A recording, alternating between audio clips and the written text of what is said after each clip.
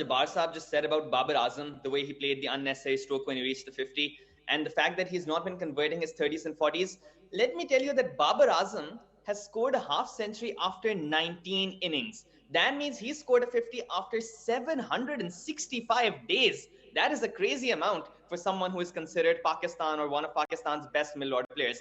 A half century after 765 days. You look at Saim Ayub, who's been doing pretty well in white ball recently, but he only has one half century in his last 4 test matches. You look at someone like Hasan, who everyone has been blaming. He's averaging 29.5 at the age of 35 after his entire career. So evidently that's not going well enough either.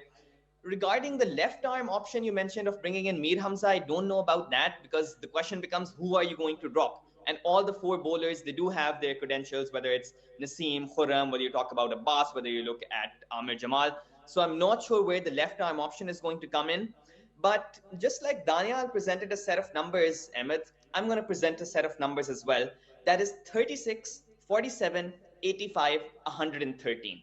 This is the number of balls faced in the second innings by Saim Ayub, by Shan Masood, by Babar Azam, and by Saud Shakil. You notice that all of them faced a substantial number of balls. All of them got set. All of them got a start.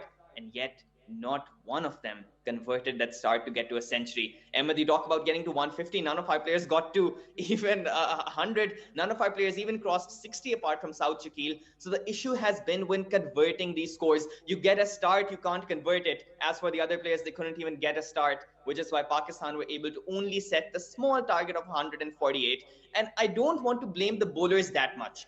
If someone says you're going to blame the bowlers, they weren't able to get out the last wicket, well, the bowlers at least reduced South Africa to 99 for 8. The batters, on the other hand, they're the ones who gave South Africa the opening into the game by setting such a small target for them to chase. So this is something that Pakistan needs to be aware, because the question then becomes, who is the other option? The only other option you have is Abdullah Shafiq, who has been averaging 15 in his last 12 test innings.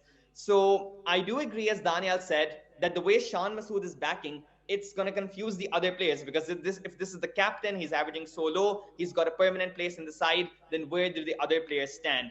And in terms of captaincy, he's not been doing well. In terms of his batting performance, he's not been doing well. And the entire Pakistani batting order as a whole does need a reshuffle.